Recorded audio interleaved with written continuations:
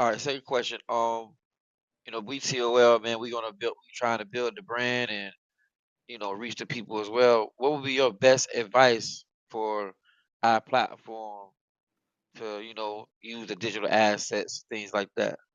You're trying to reach the people with what? And what's the mission?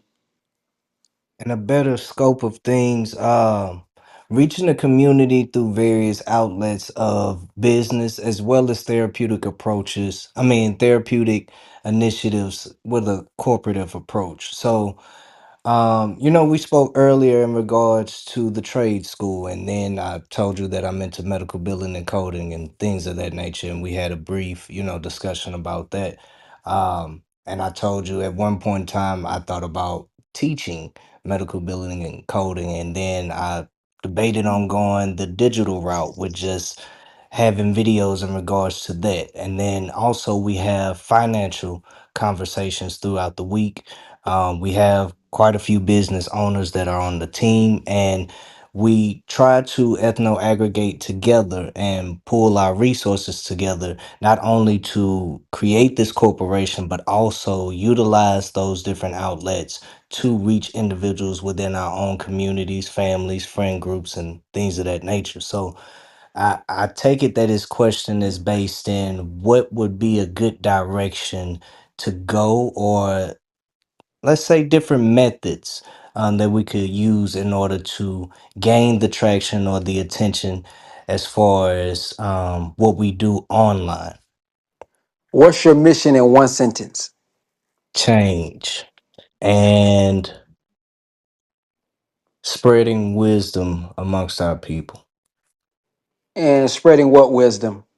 Financial wisdom, also knowledge of self and belief in self, which kind of leads to what my next question was going to be in regards to something that you posted on your Zoom last night that I thought was very important that I don't think too many people speak about. If you would like, I would go ahead and read off exactly which slide that was.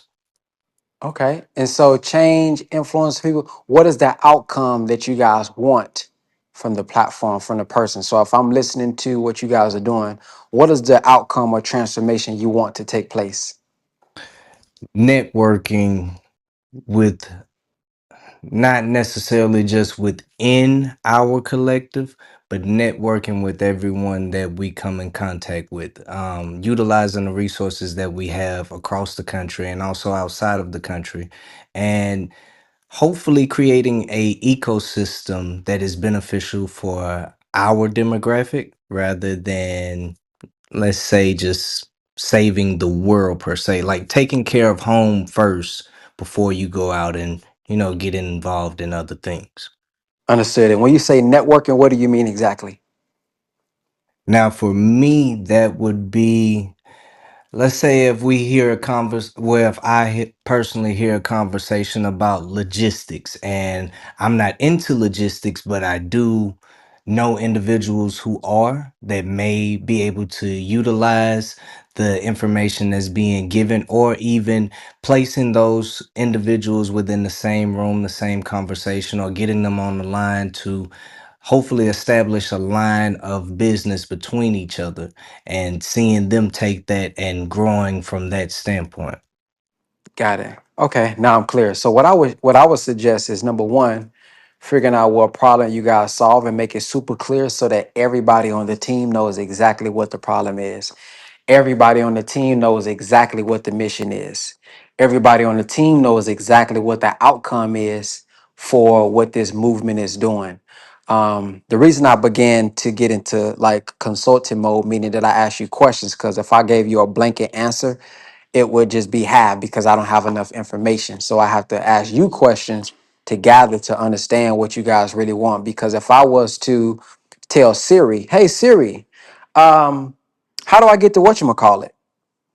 Siri would probably lose her mind. Like, what are you talking about? If I'm driving down the street and I roll my window down And I say, how do I get to what's the name? You're gonna say, what are you talking about? So my point is I gotta know the destination before I give any direction. So if this is about networking, I would suggest maybe like a project management tool where we have a list of all of the things that everybody does. So now when I come on the live, when I'm going on Clubhouse, if this is about networking and connecting people, I have a directory, if you will, where everybody has everything that's dealing with us. We got doctors, we got lawyers, we got farmers, we got those who are in technology. So everybody truly can network and contact who they need to contact. I may have themed live. So when I got certain podcasts and certain people come on, I'm going to introduce. By the way, hey, we have a directory. If anybody's interested in X, Y, and Z, here's where you go to locate our directory. I will probably build a school of community or a community where we can network offline of Clubhouse so we can have a profile, our name, our email, and phone number, whatever, and be able to contact one another. You know what I'm saying? So those are some of the things that I would do and be consistent. So once I know the end game, I know the type of content I need to create. I know the type of people I need to get in the room. Now, when I bring somebody on my platform, it's never random.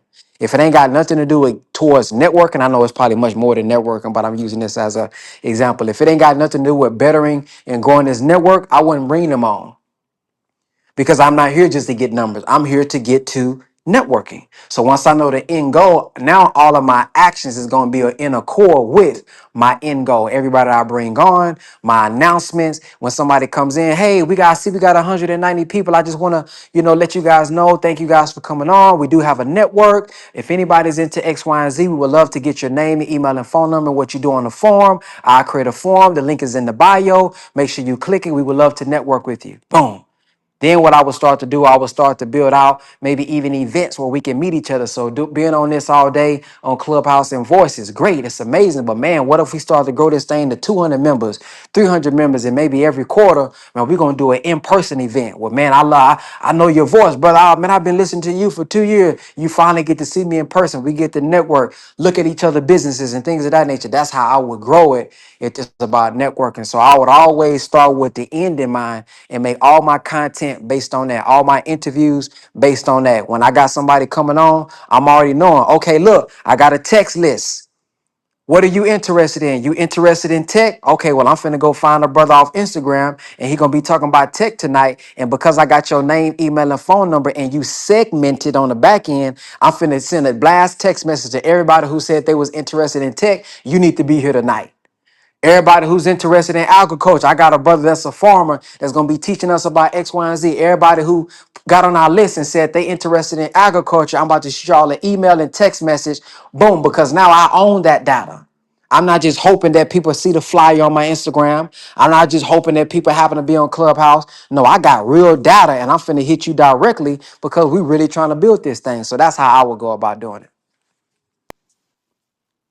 Okay. Also, my first question, well, not my first question, but last night on the Zoom link, you made mention of the economy dealing with the global shutdown. There have been whispers about universal basic income and things of that nature. From your viewpoint, how do you think that will affect the economy? Well, not necessarily the economy. Let's say our community, the Black community. How will that affect us, and what are some things that we can do to avoid having it affect us, if I stated that correctly? Can you give me some information on that universal income? I think I heard Elon Musk talk about it maybe in 2016, but I didn't research enough into it to see what that actually is going to look like. Do you know what did they give any more information on what that looks like? Is that like everybody get a certain amount?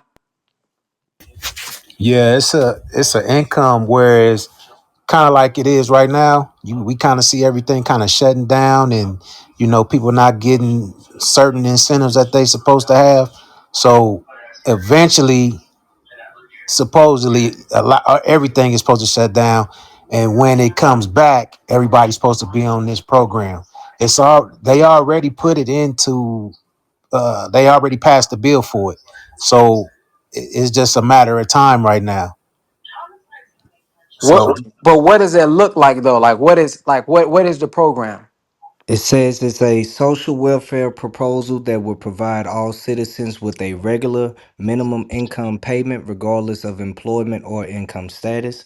And from the looks of it, I believe it to be another form of uh, welfare, basically, social services to a degree. Yeah, man. I seen Elon Musk had an interview back in 2016. I looked at, and he hinted at that back in 2016 about how AI robots is going to take over. Like it's like it almost won't be a need for humans to work. Is kind of what he was getting at. And he was like, if you find your meaning in what you do as a job, like what will happen then? Like when you're no longer needed. And he was saying that there's going to have to be some level of like, it's probably what you that word you the phrase you use, something income, something universal, something, to where everybody gets a certain amount. Um, how can we avoid it, or how to deal with it? I'm honestly not sure. I haven't really put in a lot of time into looking into how that would affect any of our community yet to give an intelligent answer. I mean, for me, I'm always gonna strive to make more than whatever they give. Just as an influencer, or I mean, not as an influencer, as an entrepreneur. So I just encourage us to continue to find our skill set, find our gifts, so we never have to depend on that.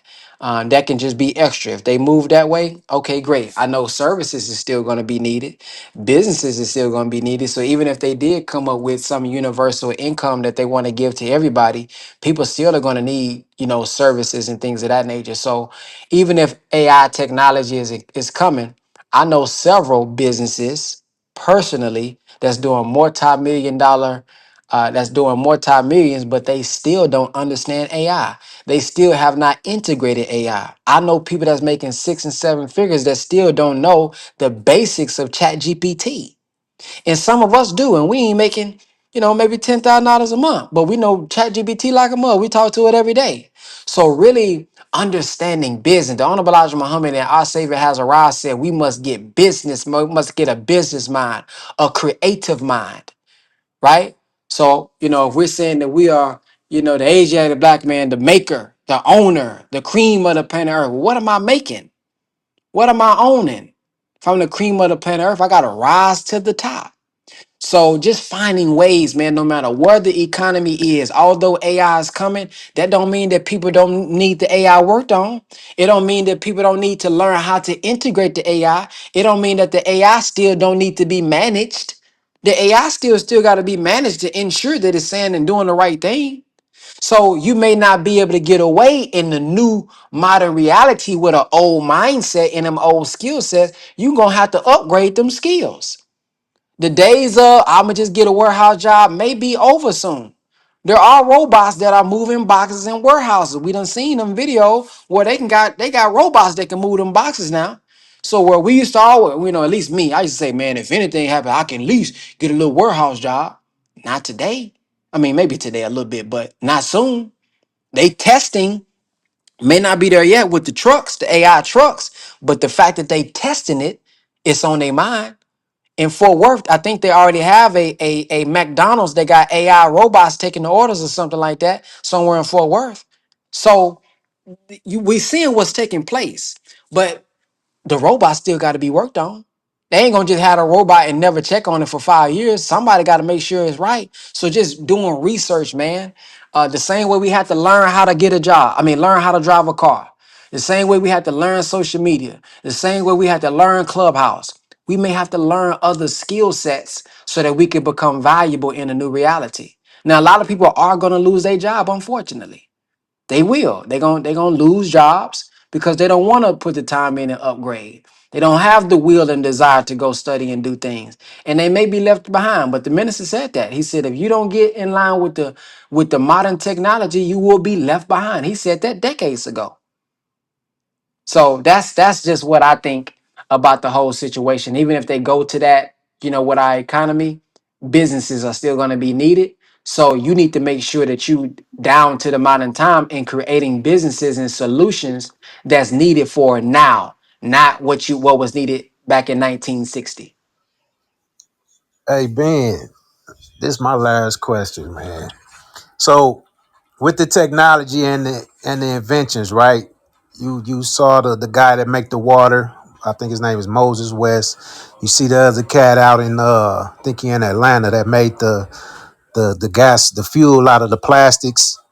You familiar with those two guys? Yep. Mm-hmm. Okay, so going further in the future, how do you think it's important for them to keep that form of technology within our community, or should when somebody make things like that, because those are resources, those are major resources that they came upon, do you think it's best to keep that with us or go ahead and take it and get money for it?